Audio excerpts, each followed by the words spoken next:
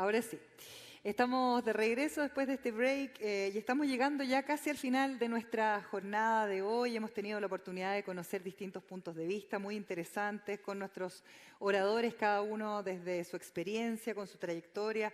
Y recordarles que lo que queremos conseguir es que esta participación sea activa, que ojalá podamos además seguir hablando de estos temas que son tan fundamentales durante el resto del año, todo lo que se viene el próximo año también. Y por eso los invitamos a quienes están conectados en nuestra plataforma Swapcard a que vayan dejando sus comentarios, sus dudas, sus preguntas ahí en la plataforma, y también que si están comentando por redes sociales lo hagan con Foro Agua 14 Chile. Quiero presentar a continuación entonces a quien va a moderar nuestra siguiente conversación, es nuestra cuarta sesión, El agua en la Constitución, ventajas, inconvenientes y oportunidades. Estanislao Arana es director académico del Foro de la Economía del Agua, catedrático de Derecho Administrativo de la Universidad de Granada y a lo largo de su trayectoria ha sido vicedecano de la Facultad de Derecho, director de la Escuela de Posgrado de la Universidad de Granada, director del Máster en Derecho de Agua y actualmente dirige grupos de investigación y varios proyectos nacionales e internacionales que versan precisamente sobre materias relacionadas con medio ambiente, energía y, por supuesto, este elemento vital. Estanislao, ¿cómo estás? Bienvenido. Un aplauso para él.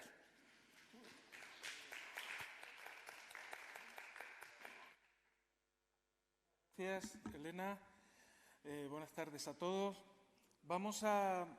Difícil era, ¿no?, que después de una mañana tan rica, tan intensa, tan interesante, pues pudiéramos mantener la atención. Pero yo creo que el tema lo merece, es uno de los temas estrella dentro del debate público y político ahora en Chile, y es ni más ni menos que el problema o el tema de la Constitución y el agua. A ver en qué medida es conveniente, no es conveniente, en qué grado, cuál debe ser ese detalle que debe de tener, en su caso, el reconocimiento del agua en la Constitución.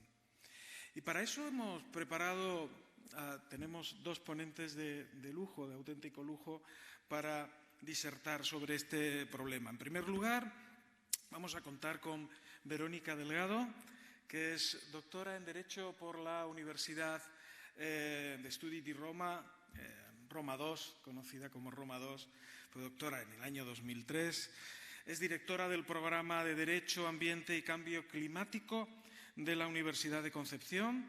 Además, es directora de la revista de Derecho de dicha universidad y además, también en la actualidad, es una participante activa dentro de la Asamblea Constituyente, donde aporta toda su pasión por la defensa del medio ambiente, pero también todo su conocimiento y rigor, tratando de asesorar a la Asamblea Constituyente, a este proceso constituyente en el tema del agua.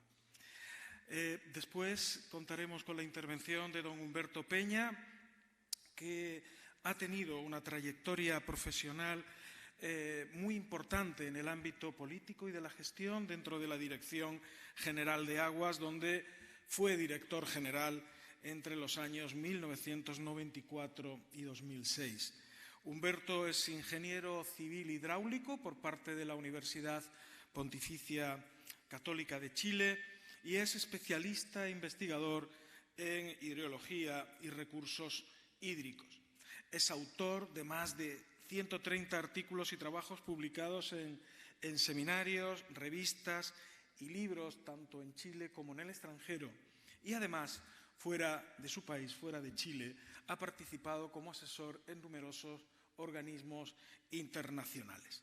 Creo que, por lo tanto, es un plantel de lujo para abordar la situación actual del problema del agua en el proceso constituyente.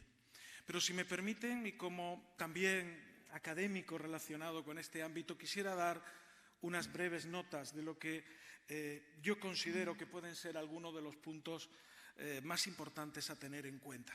Ya hemos hablado en alguno de los conversatorios y he mostrado cuál es mi opinión, mi visión sobre esta cuestión.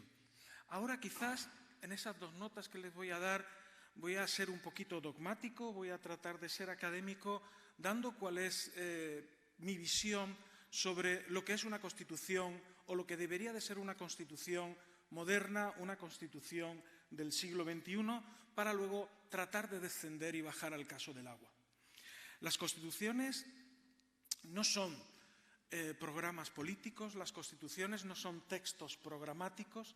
El verdadero concepto moderno de una constitución en el siglo XXI es el que los juristas denominamos el concepto racional normativo. ¿Qué quiere decir eso? Pues que principalmente una constitución es una norma jurídica, y es una norma jurídica vinculante. Pero esa visión quizás excesivamente positivista del derecho no es completa, no estaría del todo completa si no le añadimos el contenido axiológico, si no le añadimos los valores de una sociedad en la que se va a aprobar y se va a crear esa Constitución. ¿Es norma jurídica? Sí, eso ha sido un gran avance, pero una norma jurídica que no puede estar desligada de la realidad social donde se inserta.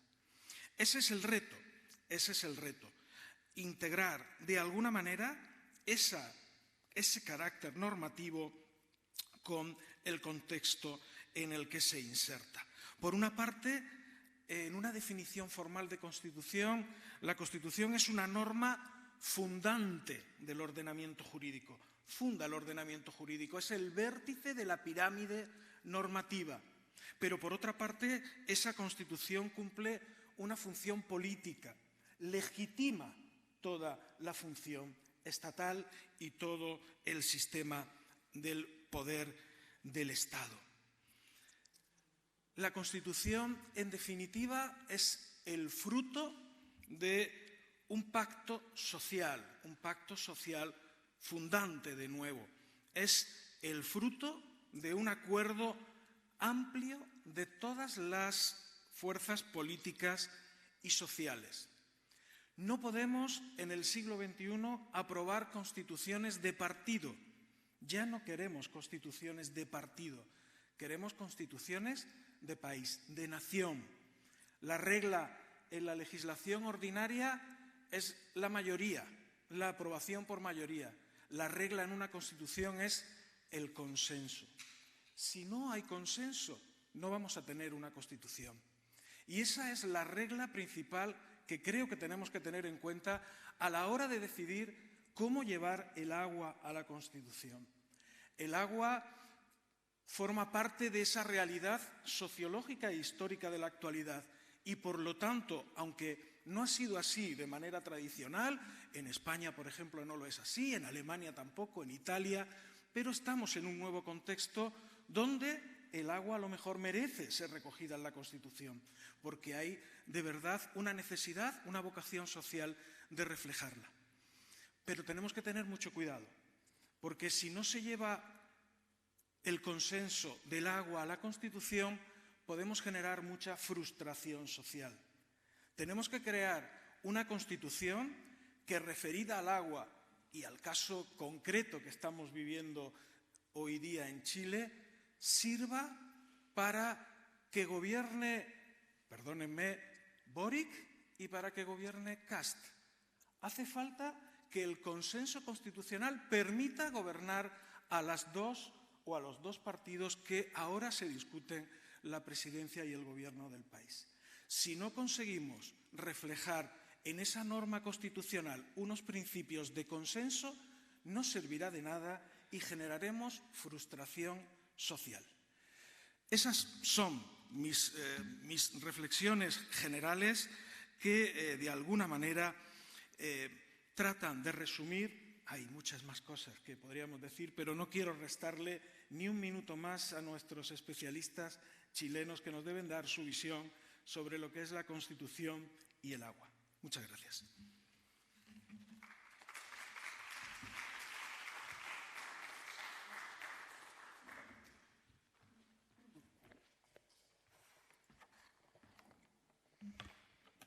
Hola, buenos días, buenas tardes ya. Estoy muy agradecida de esta invitación. No sé si se puede ver mi PPT en la pantalla de adelante, porque si no voy a tener que siempre darme la vuelta. Le pido al equipo. Bueno, yo soy una profesora de Derecho Ambiental, soy una mujer de regiones y que en los últimos 8 años me he dedicado al estudio del derecho de aguas en el país y fíjense que para mí fue bien difícil como profesora de Derecho Ambiental entender la lógica de la regulación del agua en Chile, que básicamente está en la Constitución de 1980 y en el Código de 1981, independiente de otras normas. La Constitución de 1980 trata el agua, pero la menciona solo una vez cuando señala que garantiza el derecho de propiedad que vamos a tener sobre los derechos de aprovechamiento de aguas. E indirectamente la considera cuando señala que hay una libertad para apropiarnos de todos los bienes, salvo que una ley diga que un bien es un bien común a todos los hombres o un bien nacional de uso público. Y tenemos algunas leyes, muy pocas, que han dicho que el aire, el alta mar es una cosa común, o el agua es un bien de la nación o pueblo, el borde costero, la energía geotérmica, etc. No lo hemos dicho de los glaciares, por ejemplo. No tenemos esa ley todavía. Si pueden avanzar, por favor, en el PPT, a la imagen siguiente. Y entonces, como la Constitución menciona el agua y como hemos desde el estallido social visto que el agua fue parte de la discusión social, esto de la propiedad del agua, y luego hemos visto que el tema ambiental y del agua cruzó las candidaturas de los candidatos a la Convención Constituyente. Y como hemos visto ahora que el tema ambiental, climático y del agua se tomó la Convención Constitucional, porque de estar propuesto en el Reglamento General para una comisión temática, después de las indicaciones, fueron aprobadas la inclusión del tema ambiental en 5 comisiones, estamos claros que el tema va a ser relevante en la nueva Constitución. Y yo coincido con que tenemos que buscar consensos, que tenemos que ser realistas, pero ambiciosos.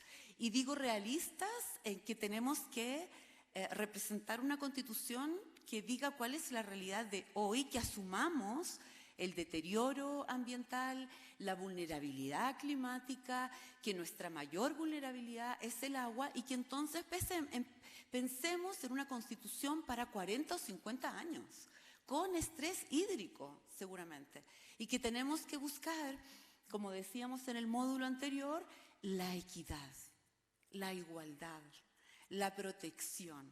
Yo no les vengo a hablar hoy día de lo que es más común hablar de Constitución y agua, que es siempre la propiedad de los derechos de agua y el derecho humano al agua. No les vengo a hablar de eso, aunque sí indirectamente lo abordaré.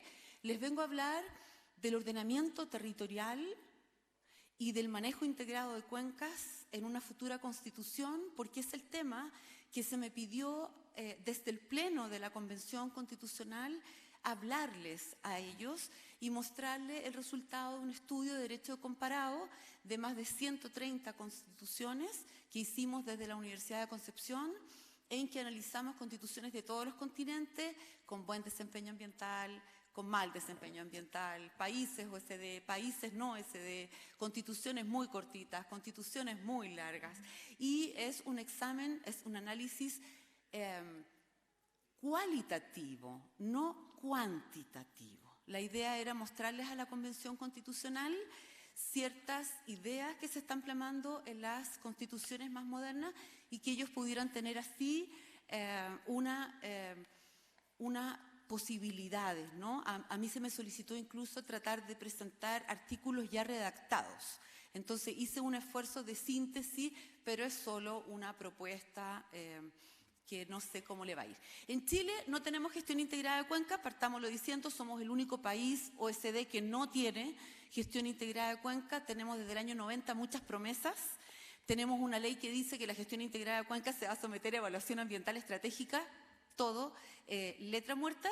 Y en materia de ordenamiento territorial tenemos planificación territorial en suelos urbanos, pero en nuestro suelo rural no tenemos un ordenamiento del territorio. Tenemos creado un instrumento que es el PROT, el Plan Regional de Ordenamiento Territorial, que van a tener que dictar los nuevos gobiernos regionales con, por fin, autoridades elegidas democráticamente desde los territorios, pero está congelado, está parado, la competencia todavía no está y no tenemos estos planes que por fin nos van a ayudar a ordenar el territorio rural, porque como ustedes saben, hoy día lo que tenemos es que algunos proyectos entran al sistema de evaluación de impacto ambiental en el suelo rural y el sistema de evaluación de impacto ambiental tiene que decir ahí si se puede localizar o no, y para eso se pide un plan de cambio de uso de suelo, de destino de suelo, que es sectorial, sin ninguna mirada, ¿no? Holística a lo que es el ordenamiento territorial, porque el CIA es obvio que fracasa, porque el CIA supone que haya planificación y ordenamiento antes, y se politiza y entonces no nos sirve.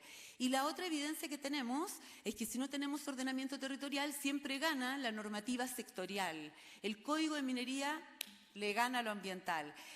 La normativa agrícola con los cambios de uso de suelo le gana a lo ambiental, le gana a la mirada integral. Nos ocurre con la minería, con la agricultura, con lo forestal, por la falta de nuestro ordenamiento territorial. Pasemos a lo siguiente, por favor. Además, la regulación del agua específicamente ya está dicho por muchos informes internacionales, está anclada en el aprovechamiento del agua, es tanto que yo hablo de un código que no debe llamarse un código de aguas, debe llamarse un código de los derechos de aprovechamiento de agua, es la palabra más repetida. No tenemos en su núcleo dogmático la palabra proteger. Si yo me voy a la Directiva Marco del Agua, el artículo 1 dice vamos a proteger. Y las aguas continentales, terrestres, marítimas, miremos toda la cuenca. Yo eso acá no lo tenemos en el Código del Agua.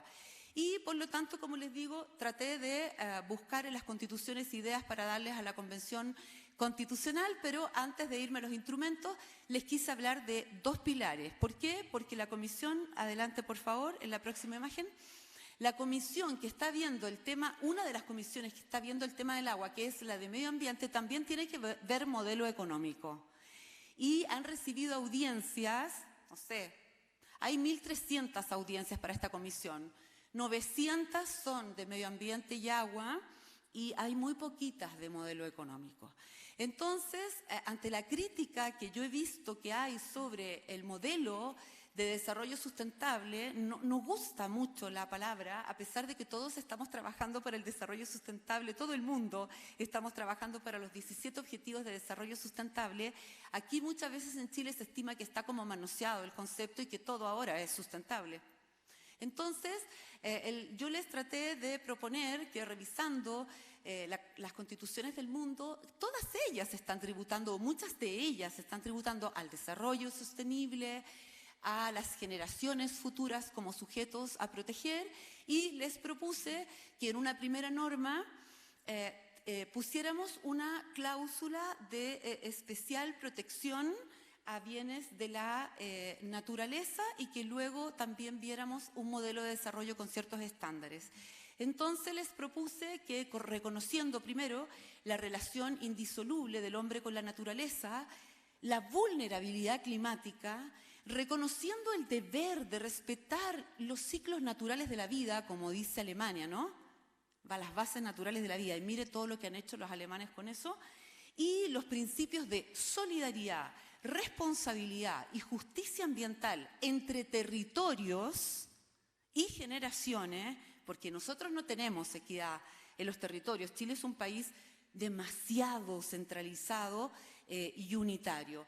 Entonces les propongo que pongamos una cláusula de especial protección, y digo de especial protección porque vamos a poner el deber de proteger la naturaleza y el medio ambiente. Esta es una cláusula que va más allá de especial protección, y les pongo algunos ejemplos como Egipto, que protege el río Nilo, protege todas las captaciones de aguas subterráneas, etcétera.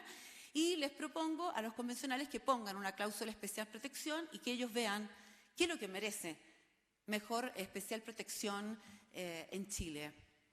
que ellos vean, de acuerdo a la evidencia científica, de acuerdo a lo que somos más vulnerables. Si me preguntan a mí, yo obviamente pondría las aguas subterráneas, y si me preguntan a mí, también pondría los fondos marinos que están siendo hoy día amenazados en Chile con solicitudes de minería submarina, y esto lo digo muy responsablemente porque trabajé en la mesa Océanos de la COP y todos los científicos de esa mesa acordamos como sugerencia para el gobierno chileno establecer una prohibición o moratoria a la minería submarina, dado que los fondos marinos capturan, ¿verdad?, tienen ahí alojado mucho carbono. La siguiente, por favor.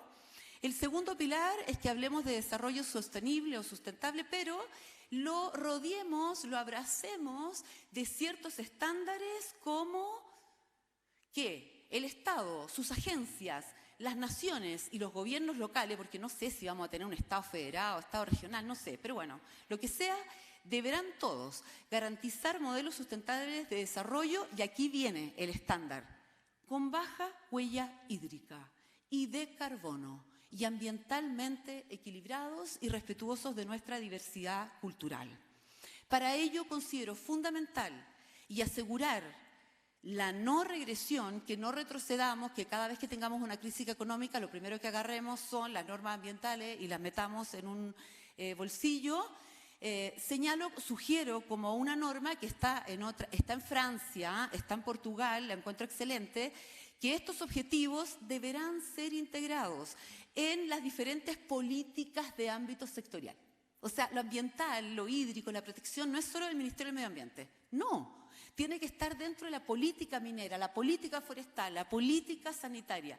Todo el Estado debe tributar a la sostenibilidad en sus políticas, en sus incentivos, incluso fiscales, y deberán ser además fundamentados cuando se tomen las decisiones, porque a veces aquí nosotros tomamos decisiones incoherentes por falta de fundamentos, se aprueba un proyecto y luego se anula 7 años más por la falta de fundamentación. Entonces mejor exijamos actos mejor fundados desde el inicio en estos ambiciosos objetivos y no tengamos así paradas tantas inversiones y tantas localidades, ¿verdad?, luchando contra proyectos. La siguiente, por favor.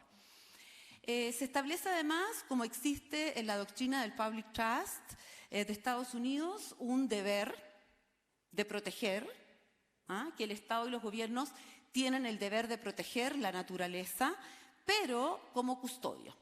Es decir, los bienes son de la nación o pueblo, como es el agua en Chile, pero se lo entregamos al Estado para que él lo administre, ojo, como custodio. No eres dueño que puedes hacer lo que quieras. Tú tienes que custodiarlo, te autorizamos para dar autorizaciones administrativas, concesiones, donde vas a beneficiar a un ciudadano exclusivamente con algo que es de todos nosotros, pero ojo, que tu labor es de custodio, tienes que cuidarlo para nuestras generaciones y las generaciones futuras. Y de ahí propongo algo que ya es un poco polémico, que toda concesión sobre elementos del medio ambiente, toda concesión en Chile, toda concesión debiera ser entregada por las autoridades en su carácter de custodio de manera temporal. No queremos las concesiones perpetuas como el agua. No. Onerosa. Nosotros no cobramos por el agua. La profesora Dominique Hervé, en su excelente tesis de doctorado en Justicia Ambiental, compara todas las concesiones en Chile, todas las concesiones sobre elementos naturales. Y tenemos de todo. Tenemos concesiones que no confieren la propiedad, algunas que confieren la propiedad, ¿cuál? El agua. Tenemos concesiones, la mayoría temporales. ¿Cuál es perpetua? El agua. Tenemos concesiones que cobramos, ¿cuál es gratuita? El agua. ¿Cómo se entiende? Si es nuestra mayor vulnerabilidad. Entonces yo propongo, sé que es un poco polémico, que todas las concesiones sobre elementos de la naturaleza atiendan cierto estándar y que el Estado siempre establezca, entonces, la temporalidad, que estén sujetas a causales de caducidad y revocación. Ustedes saben que los derechos de agua en Chile no se pueden revocar, no pueden caducar, ni siquiera por no uso. El código anterior tú no lo usabas 5 años o no lo usabas 2 años, lo tenías que devolver para que el Estado lo dé a otro. En cambio acá, si tú no lo ocupas, pagas una patente por no uso. La OCDE nos dijo perverso, un incentivo perverso, y tú te quedas con el agua y eliges el mejor momento para especular con ella y la vendes en un mercado que es totalmente desregulado, porque hay otros países que tienen mercado, poquitos en todo caso, pero ninguno tan desregulado como el nuestro, porque son mercados regulados, en que la autoridad decide cuándo y cómo y en qué partes de la cuenca, por ejemplo, se puede realizar transacciones sobre el agua. En Chile eso no lo tenemos. Y aludiendo a la doctrina del Public Trust, entonces esta autoridad como custodio podría, por supuesto, otorgar concesiones con este régimen limitado, pero siempre tratando de garantizar que haya un beneficio colectivo. Esto ya está en la Constitución de Hawái, de Pensilvania, etcétera. El beneficio nosotros lo tuvimos en la Constitución del 25, reformada en la 67, se hablaba del beneficio del pueblo y no puede pasar que por estas concesiones privadas que tenemos haya un pueblo perjudicado, ¿no? Como Petorca, que no tiene agua. Entonces hay que dar un poco vuelta a las cosas, vamos a seguir funcionando con derechos exclusivos, pero tratemos de que el derecho nazca, ¿verdad?, con mayores exigencias. La siguiente, por favor. En cuanto a la ordenación y planificación del territorio, y aquí incluyo el espacio marino costero, se propone que sea vinculante y que esté integrada la planificación del territorio con el manejo integrado de cuenca. En Chile, cuando planificamos el territorio, no miramos dónde está el agua y qué calidad tiene el agua, y como no tenemos gestión integrada de cuenca, nunca tampoco vemos los usos de suelo, como esos usos de suelo, por ejemplo, el uso de la agricultura contamina la calidad de nuestras aguas con agroquímicos o nos pone muchos nutrientes. Con esto voy terminando y quiero decirles que después de tantos años de esperar una gestión integrada de cuenca y de un ordenamiento del territorio, responsablemente señalo que creo que estos temas deben ir en la Constitución y así ya hay muchas, porque yo creo que vamos a avanzar a más descentralización y vamos a tener que regular las competencias normativas de los estados descentralizados y seguramente ahí vamos a tener que hablar de ordenamiento del territorio y de gestión integrada de cuenca. La invitación a que esos dos instrumentos actúen de la mano. Muchas gracias.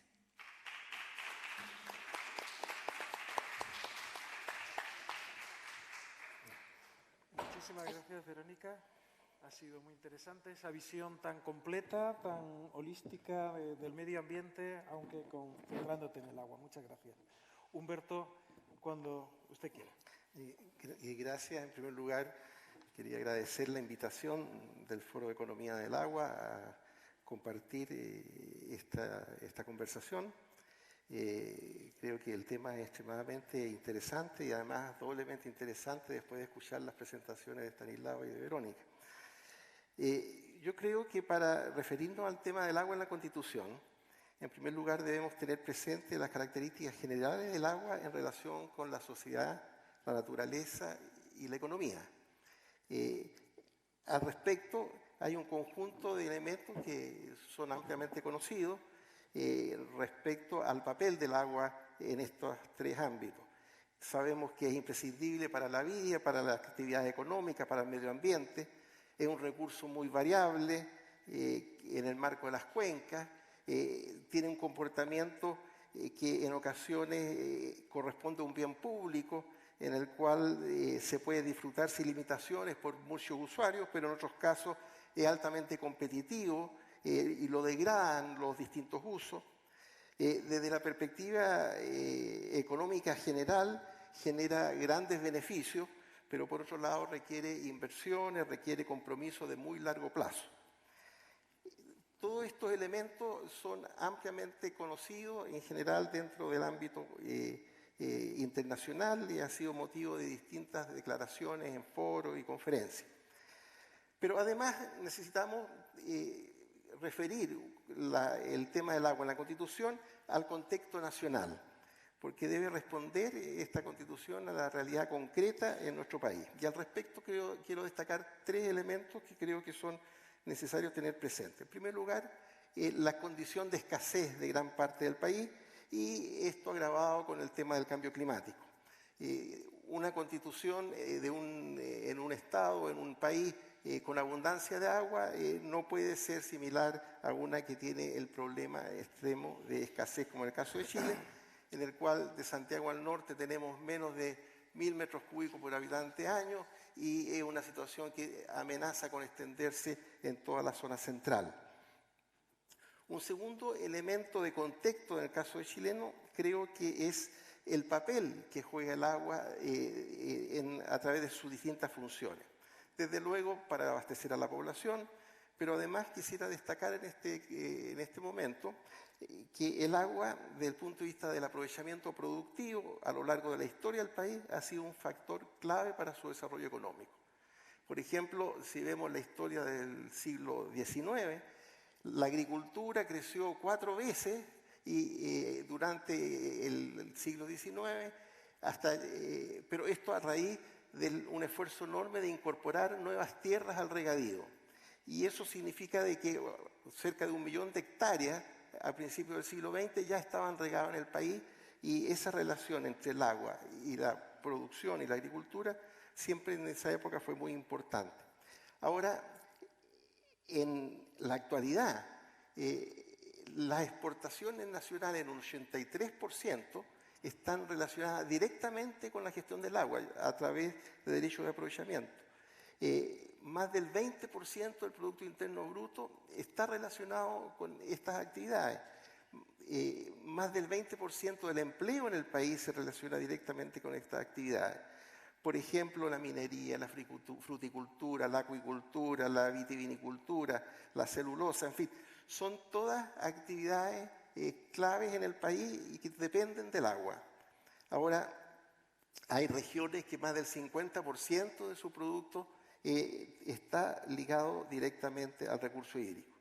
Ahora, en este contexto hay una situación de deterioro ambiental que se viene generando desde el siglo XIX acá, respecto a la ausencia de caudales ecológicos, problemas de eutroficación, problemas de pérdida de humedales, etcétera, que está asociado a lo anterior y que también es una realidad que hay que hacerse cargo. Situación que recién a partir de los años 90 se incorpora el tema ambiental dentro de la gestión del agua a través de la Ley de Base Medio Ambiente, a través de distintas modificaciones al Código de Agua, pero sin embargo es obvio de que hay brechas importantes que se mantienen. Ahora, un tercer elemento que hay que tener presente en el contexto nacional se refiere al sistema de gestión del agua que se ha generado a lo largo de este par de siglos, y es el resultado de la experiencia de esta larga historia de gestión del agua en el país. Pensemos que esto nace desde el punto de vista jurídico, ya con el Código Civil en 1855, después en el año 1872 se generan ordenanzas dando cuenta de la situación de escasez en buena parte de los ríos de la zona central y norte de Chile.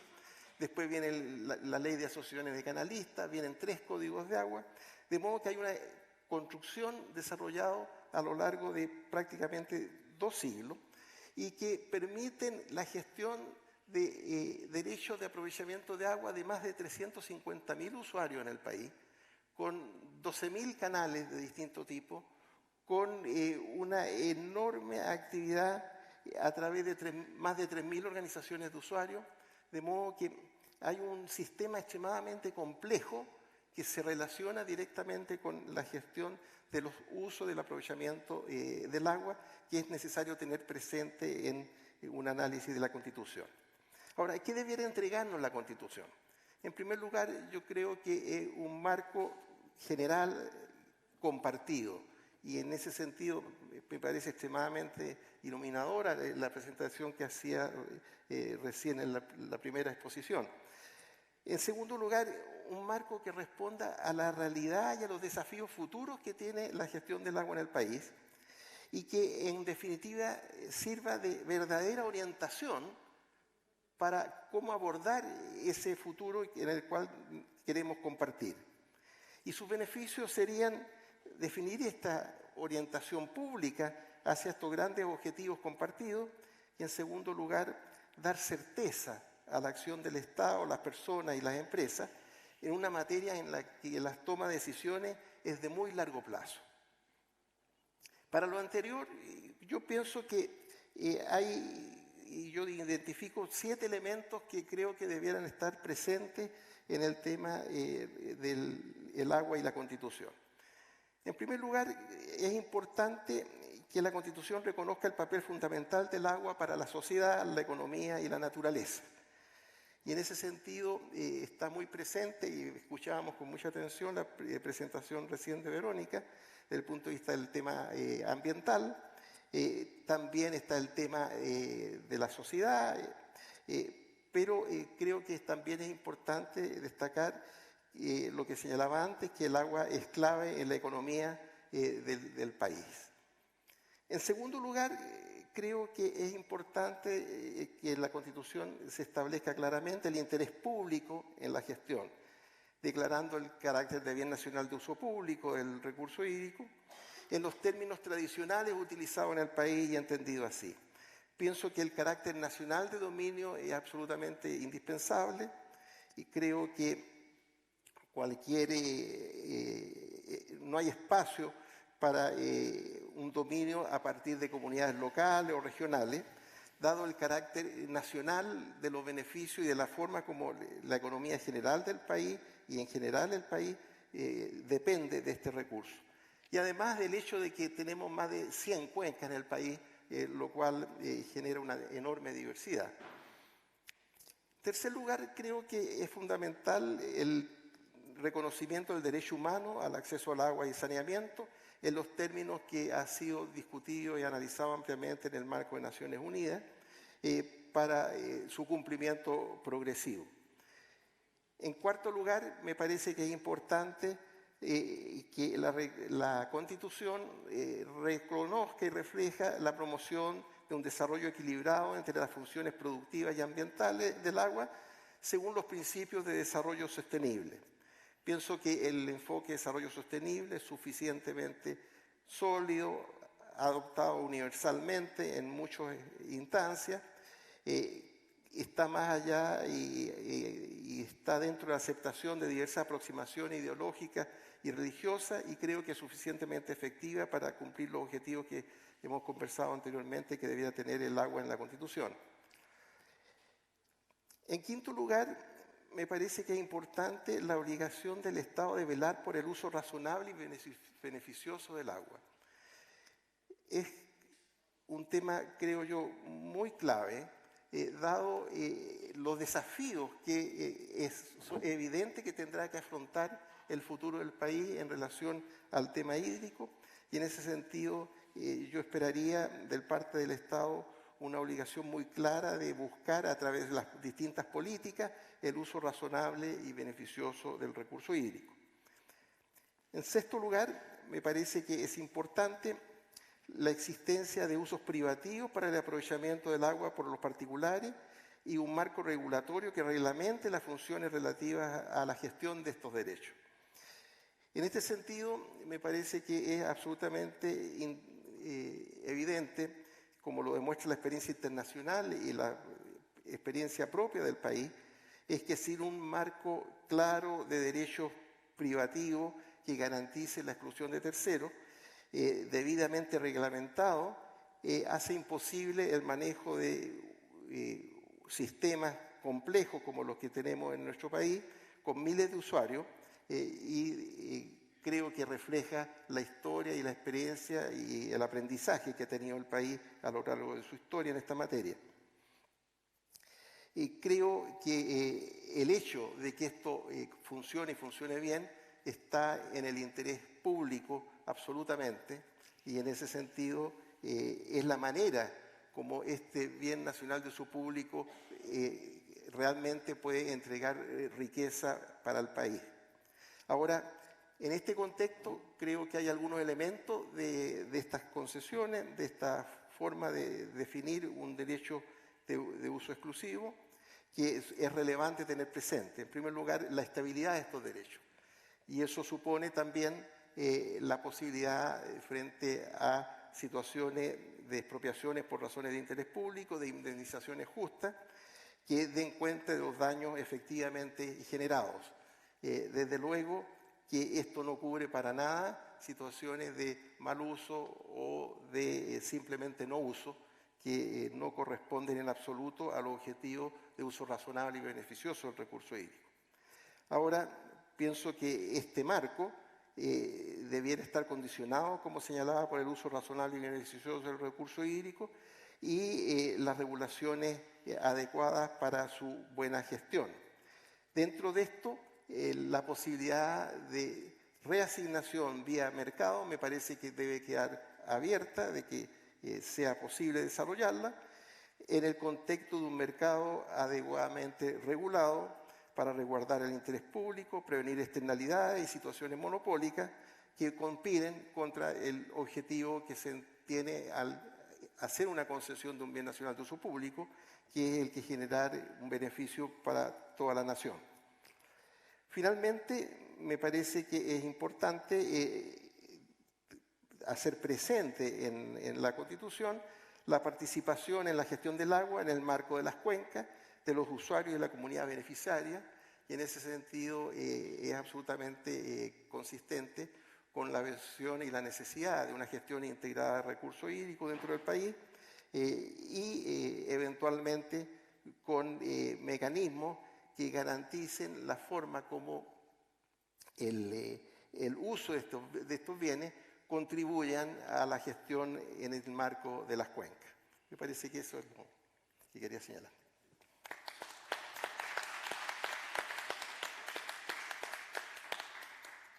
Muchísimas gracias, Humberto. Creo que se han puesto todos los elementos encima de la mesa. Desgraciadamente, por ahora, nos quedan unos minutos, lo mismo encontramos la solución definitiva para el debate de cómo reflejar el agua en la Constitución. Yo simplemente quería lanzar a los dos compañeros de mesa la dificultad que encierra diferenciar lo que es la decisión constitucional de las decisiones de legislación ordinaria. Es decir, ese es el debate. El debate está en que llevar a una Constitución, por ejemplo, los derechos fundamentales, es difícil ponernos de acuerdo, pero luego es fácil materializarlos. Los derechos de prestación, como puedan ser el derecho al agua, el derecho a la vivienda, el derecho al trabajo, son muy sencillos de reconocer porque todos estamos de acuerdo, pero luego son muy difíciles de materializar. Y creo que con el agua puede pasar eso. Tenemos que tener mucho cuidado. Y me voy al caso español, en un contexto histórico diferente, año 1978, es un momento diferente, se garantizó por Constitución el carácter demanial, el carácter público de algunos bienes, pero no del agua. Y sin embargo, el derecho humano al agua está absolutamente no reconocido, pero sí materializado. Creo que esto es lo importante. Y se ha hecho no a nivel constitucional, se ha hecho a nivel de legislación ordinaria, con la Ley de Aguas, aquí el Código de Aguas, y sobre todo con la legislación de régimen local que establece que el servicio urbano de abastecimiento y de saneamiento es un servicio público obligatorio en todos los municipios. Y no solo es obligatorio, sino que el vecino puede exigir ante un tribunal el cumplimiento de ese servicio. El derecho humano al agua se cumple fundamentalmente a través de esta legislación ordinaria, sin necesidad de coartar al legislador con unas decisiones constitucionales que luego pueden dificultar el día a día. Este debate lo tenemos también ahora en nuestro país, por ejemplo, con las pensiones. Las pensiones sería muy sencillo que dijéramos vamos a modificar la Constitución para reconocer el derecho a una pensión digna y que fuese un poquito más allá. Pero las circunstancias económicas, sociales van cambiando y la manera de garantizar unas pensiones en los años 80 es distinta a la que ahora nos encontramos. No podemos hacer una Constitución que parezca una ley. Tenemos que hacer una Constitución en la que de verdad haya un consenso. Yo creo que este es el debate. Por supuesto, no es sencillo tener una solución al mismo, pero no sé si queréis apuntar algo más sobre esa cuestión. Yo quiero decir algo. Esta es la primera Constitución que vamos a redactar nosotros, porque antes siempre fue redactada por comisiones muy pequeñas y de hombres. Y esta es la primera Constitución que vamos a redactar muchos, 155, con equidad de género y con escaños reservados. O sea, parte ya siendo una Constitución seguramente muy distinta en su generación a las que hemos tenido. Entonces no tenemos experiencia nosotros. Ya. Eso nos dice bien, pero cuidado con lo que hacemos. Segundo, es la primera constitución que va a dictarse después del Acuerdo de París. Por lo tanto, es esperable que nuestra constitución, siendo siempre una constitución con los pilares fundamentales y que no tiene que caer, ¿no?, en tantos detalles, tiene que dar un mensaje muy grande. Muchos países están mirando la Constitución de Chile para ver lo que va a pasar respecto al cambio climático. Entonces, prudentes tenemos que ser, sí, tenemos que ser jurídicamente prudentes, pero tenemos que ser ambiciosos, porque somos uno de los países más vulnerables al cambio climático del mundo y nuestra mayor vulnerabilidad es el agua.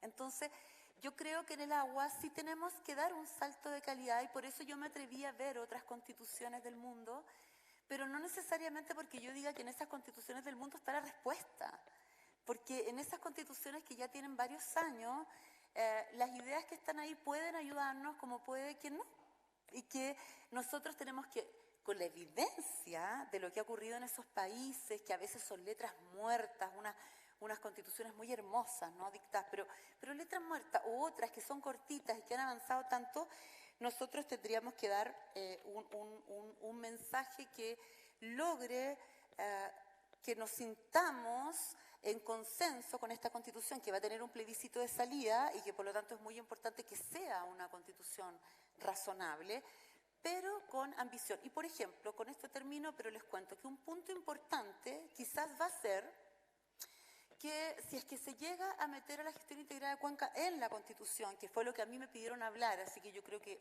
va a haber una propuesta sobre eso, vamos a tener, por ejemplo, una discusión que nunca hemos tenido, que a nivel nacional exista la técnica de los usos prioritarios, o sea, cuando falte el agua, es prioritario darle el agua ¿a quién? A la gente, por ejemplo. Y ese es el derecho humano al agua o el uso prioritario número 1 que teníamos en los códigos anteriores. Ya va a ser discutido si el número 2 es el ecosistémico o no, es el ecológico o no. ¿Le vamos a dejar el agua a los ríos o no? ¿Sí o no? Dentro de los usos prioritarios. ¿Vamos a dejar al campesinado la pequeña agricultura de subsistencia? Y ahora viene lo más polémico.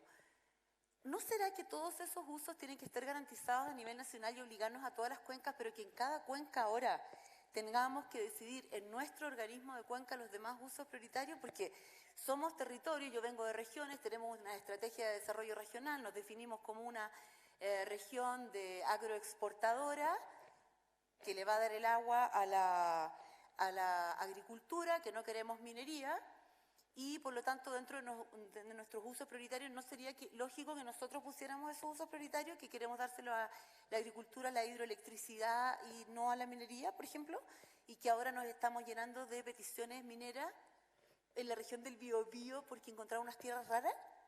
¿Será flexible o será muy rígido poner usos prioritarios, un elenco a nivel nacional, o tendremos que decidir las cuencas? Eso es muy importante. ¿Hasta qué punto la Constitución nos va a dar voz a los territorios y hasta qué punto una norma así nos deja encerrados para el futuro o nos da, por el contrario, la facultad de adaptarnos a esta nueva realidad?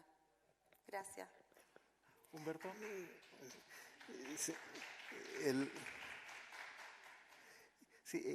A mí me parece que desde luego que hay que ser prudentes y que en la Constitución debieran estar aquellos elementos en los cuales hay un amplio consenso, son suficientemente sólidos, suficientemente bien madurados como para que puedan perdurar. Pero dicho esto, creo que en la medida de que se tienen esos elementos, ojalá que estén en la Constitución para que den certeza hacia adelante. Si uno piensa un poco en el debate que hay en el país en este momento, yo creo que el valor de la certeza hacia el futuro, en cuestiones que tienen que tener décadas, que se van desarrollando en las próximas décadas, creo que es una señal extremadamente importante.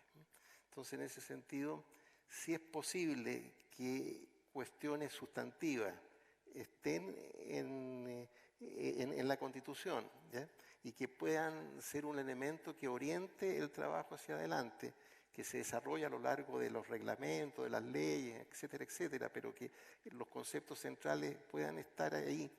y que puedan dar certeza acerca de cómo se va a desarrollar esta actividad que tiene de por sí una trayectoria en el largo plazo, me parece que sería muy positivo.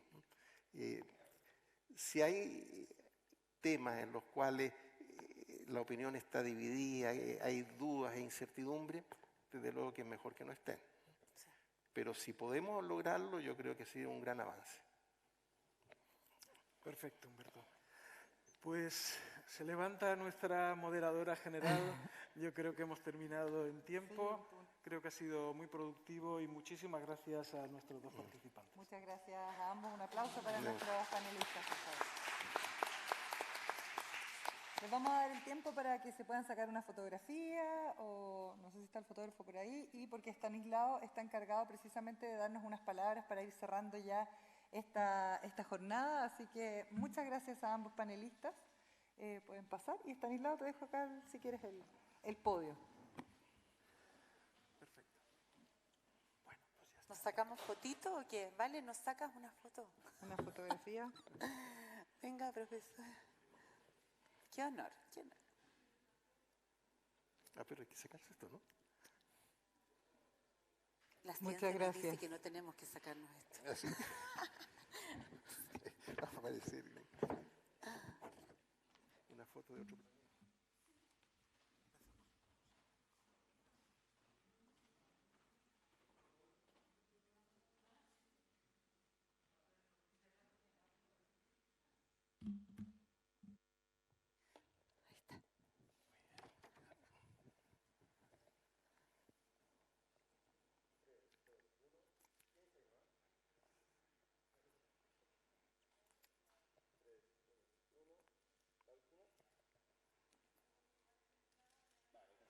Gracias.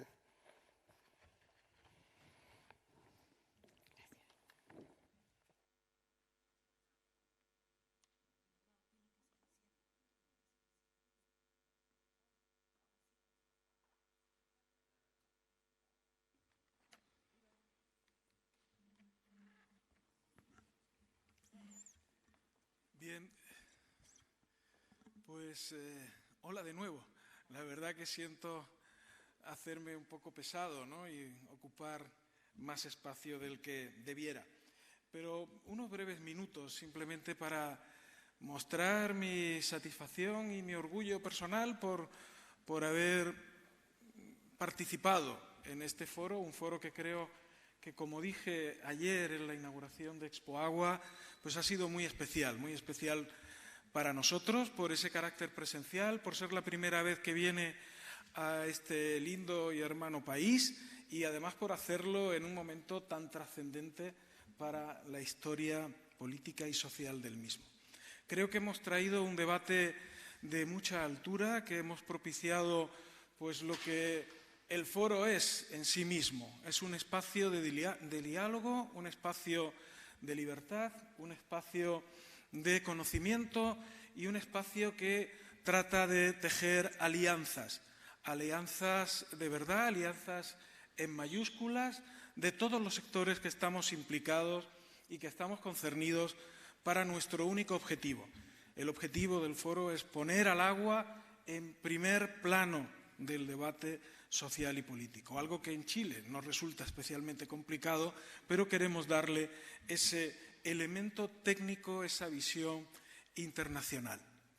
Quiero darle las gracias a todos los participantes, de verdad, muchas gracias a Elena por lo bien que ha llevado la moderación y la introducción del foro.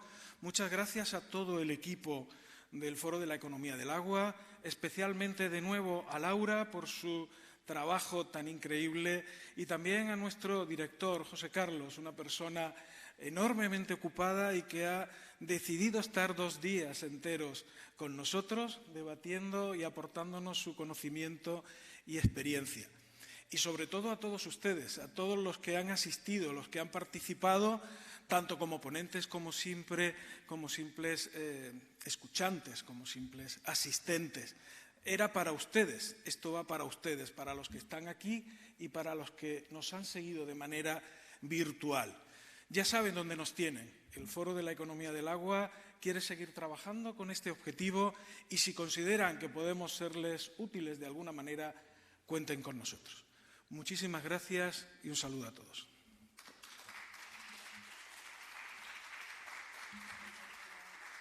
Muchas gracias, Estanislao. A ver si tengo el micrófono por aquí. Le damos las gracias a Estanislao por sus palabras y por supuesto a todos ustedes por haber estado aquí de manera presencial y a las más de 1000 personas que han estado conectadas a través de nuestra plataforma. Contarles además que durante la tarde, después del receso, que comienza ahora, a partir de las 3 de la tarde vamos a tener una nueva conferencia, Situación Hídrica Actual y Proyecciones, y nos va a acompañar Claudia Papich, gerenta del Fondo de Agua de Santiago Maipo, Chile, Alex Godoy, académico de la Universidad del Desarrollo y miembro de IPCC Chile, y además Alejandra Aster, que es académica del Centro EULA de la Universidad de Concepción, así que pueden seguir conectados con nosotros. Para mí fue realmente un placer participar aquí, poder conducir de alguna manera esta ceremonia con personas que realmente dejan reflexiones que son fundamentales, y yo creo que si algo también queda grabado después de esta experiencia y las conversaciones virtuales que también tuvimos durante el año, es que a través de la inteligencia colectiva, a través de la participación, a través de la información, vamos a poder tomar mejores decisiones. Que tengan una buena tarde y nos encontramos pronto.